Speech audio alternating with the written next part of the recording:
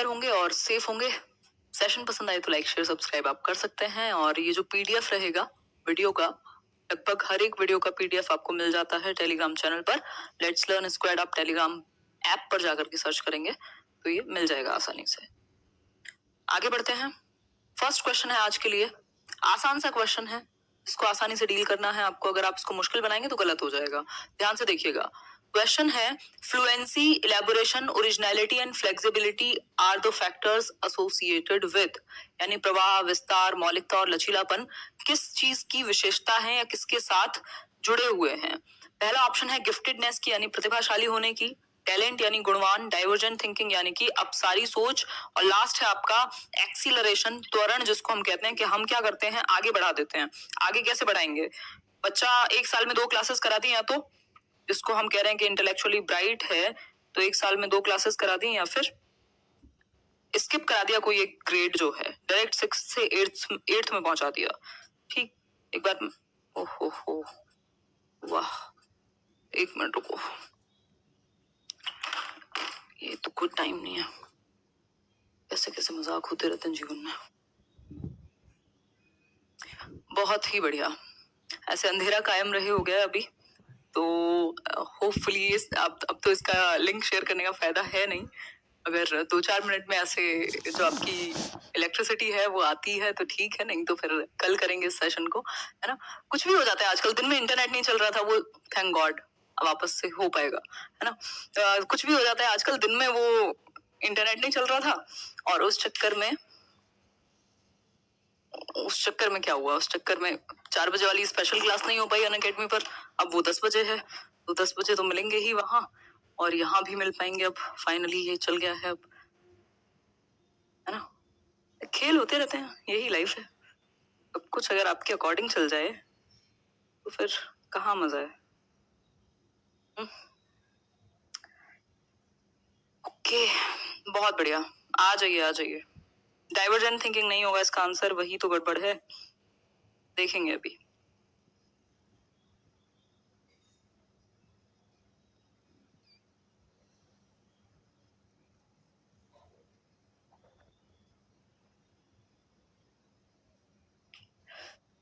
चलिए, होपफुली अभी आप देख पा रहे होंगे। अच्छा, बहुत बढ़िया आरती, दैट इज ग्रेट। चलिए फिर स्टार्ट करें। हमको लगा कि फोन नहीं, आपके मोबाइल में, आपके फोन में कोई प्रॉब्लम नहीं है, यहाँ से समस्याएं थी। उदय सर की क्लास वेडनेसडे को कल होगी। बहुत बढ़िया, देखिए अब क्वेश्चन देखिए। क्वेश्चन था fluency, elaboration, originality and flexibility are the factors, किससे जुड़े हुए फैक्टर्स हैं? तो ये डाइवर्जेंट थिंकिंग से नहीं, ये गिफ्टेडनेस से जुड़े हुए हैं। वैसे तो ये क्रिएटिविटी के कैरेक्टरिस्टिक्स हैं, क्रिएटिविटी के जो एलिमेंट्स हैं, तत्व हैं, हमने समझे थे। आप इसको ऐसे याद रख सकते हैं, FFOE, ठीक है, फफोई से याद रख लेना, जो मन करे वो बना लेना mnemonic. F for flexibility, fluency, originality और इलेबोरेशन, तो ये क्रिएटिविटी के एलिमेंट्स होते हैं। अब गिफ्टेडनेस, क्योंकि क्रिएटिविटी तो यहाँ ऑप्शन में ही नहीं है, है ना। टैलेंट होता है कोई डांसिंग, सिंगिंग, कुछ इस तरीके का, पेंटिंग, ठीक। क्रिएटिविटी की अगर हम बात करें तो गिफ्टेडनेस की बात हो रही है यहाँ, ठीक। गिफ्टेड भी 3 प्रकार के हैं, एक है इंटेलेक्चुअली ब्राइट जिसका IQ बहुत ज्यादा है, दूसरे हैं क्रिएटिव चिल्ड्रन, तीसरे हैं आपके टैलेंटेड चिल्ड्रन, ठीक। तो यहाँ पर गिफ्टेड के अंदर ही आ जाएगा, क्योंकि गिफ्टेड मतलब किसी एक क्षेत्र में बहुत अच्छा कर पाए, किसी भी एक क्षेत्र में एक्सेप्शनल हो, प्रतिभाशाली हो, तो इसलिए आंसर गिफ्टेड होगा। डाइवर्जेंट थिंकिंग इसलिए नहीं होगा क्योंकि हर एक डाइवर्जेंट थिंकर जो अपसारी सोच रखता है, मल्टीपल सॉल्यूशन सोचता है, हमेशा क्रिएटिव हो जरूरी नहीं है ना। खतरनाक लोग हैं, अब मैं नाम नहीं लूंगी, ऐसे आप देखते हैं म्यूजिक के नाम पे ऐसी ऐसी क्रिएटिविटी की हुई है लोगों ने कि कान से खून आ जाए, तो वो क्रिएटिविटी थोड़ी कहेंगे, बेशक उन्होंने डाइवर्जेंट थिंकिंग कही है, की है ना। तो उन्होंने बेशक, अब मैं नहीं, मतलब मेरा बोलना अच्छा नहीं होगा, बट ऐसे बहुत सारे लोग आप जानते हैं, भरे पड़े हैं आजकल, जो क्रिएटिविटी नहीं करते हैं, बट वो कुछ अलग सोच लेते हैं, डाइवर्जेंट थिंकिंग कर लेते हैं, कुछ ऐसा टेढ़ा मेढ़ा, चाहे वो उल्टा ही हो बिल्कुल, लेकिन नजर में आ रहे हैं क्या करके, कुछ भी टेढ़ा मेढ़ा करके। तो डाइवर्जेंट थिंकिंग तो है बट क्रिएटिविटी नहीं है। तो हर एक डाइवर्जेंट थिंकर क्रिएटिव नहीं हो सकता। क्रिएटिविटी में एक ओरिजिनलिटी, फ्लेक्सिबिलिटी, फ्लुएंसी, ये सारी चीजें होना आवश्यक है। ये सब कुछ मिलके एक कॉम्बो बनेगा जो एक नोवल चीज होगी, जो अब से पहले नहीं थी, कुछ नया, या पुरानी चीज को भी कुछ नए तरीके से करना, जो मीनिंगफुल हो, जो कहीं यूज में तो आ पाए। ठीक है बात? बिल्कुल।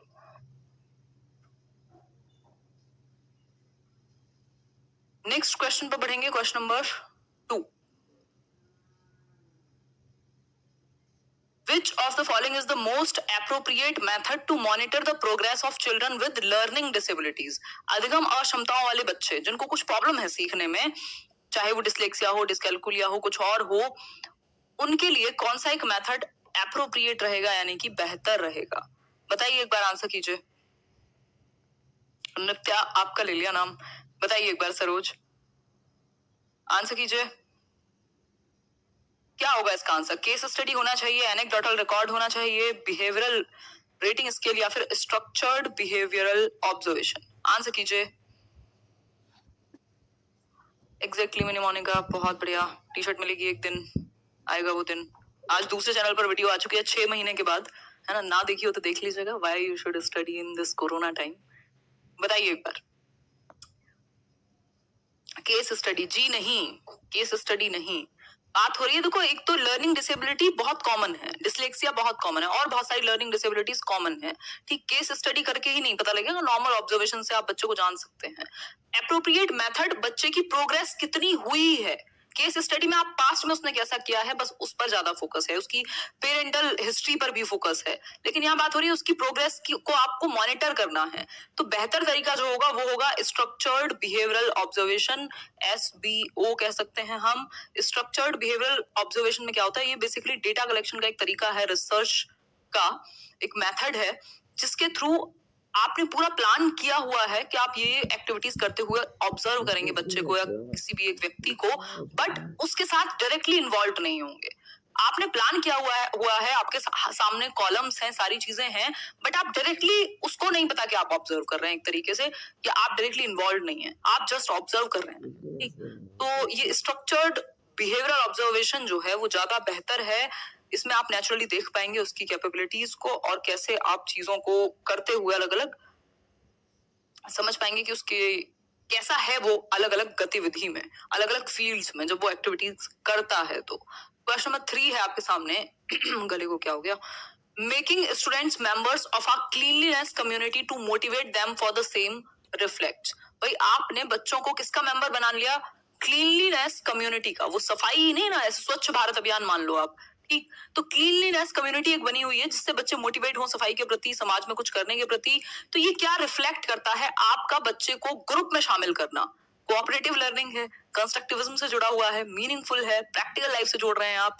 बताइए, बिहेवियरिस्टिक अप्रोच है, ह्यूमनिस्टिक अप्रोच है, कॉग्निटिव अप्रोच है, या socio cultural conceptions of motivation?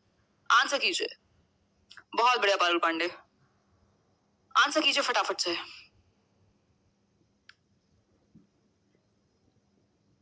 नहीं, ऐसा नहीं है सहारियर अहमद। हाँ, परी, आंसर कीजिए।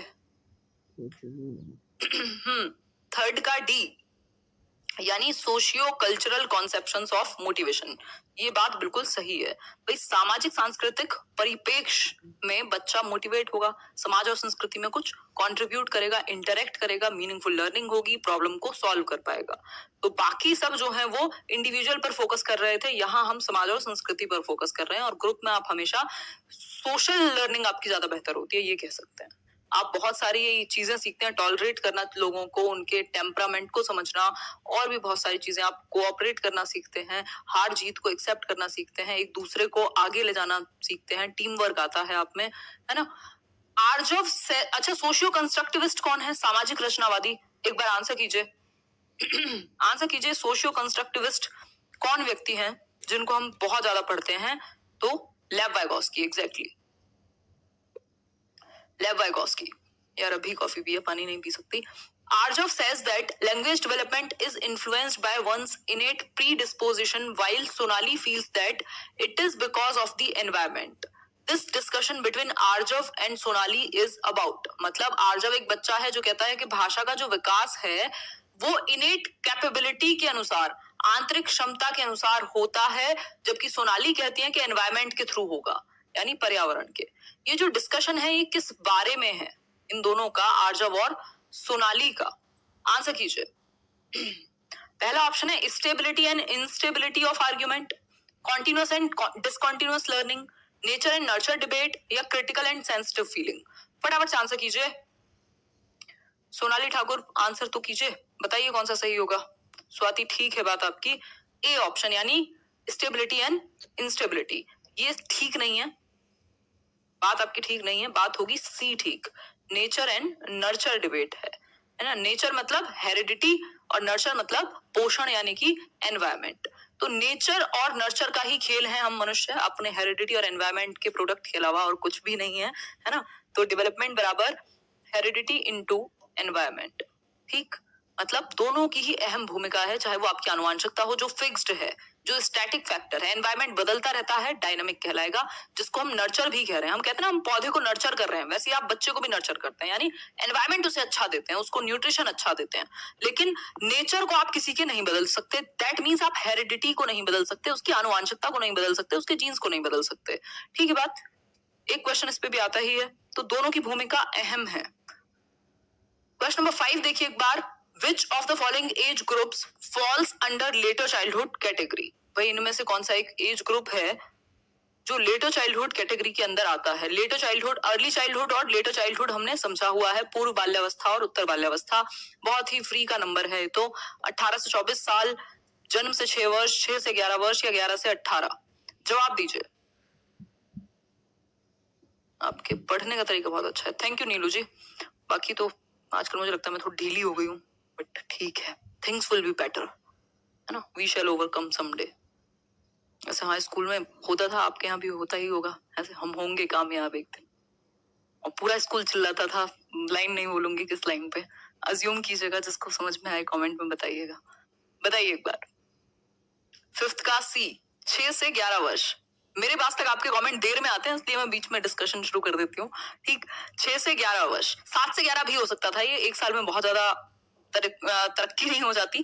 2 से 6 को हम क्या मान रहे हैं, अर्ली चाइल्डहुड, पूर्व बाल्यावस्था। 7 से 11 या 6 से 11 को हम लेटर चाइल्डहुड मान रहे हैं। चाइल्डहुड को, बाल्यावस्था को, जो कि लगभग 2 वर्ष से 11 वर्ष तक का समय है, उसको हमने विभाजित किया हुआ है अर्ली और लेटर चाइल्डहुड में। इससे पहले क्या है, इन्फेंसी है, शैशवावस्था, जन्म से 2 वर्ष। इसके बाद क्या है, किशोरावस्था, एडोलेसेंस, जिसको हम टीनेज कह रहे हैं,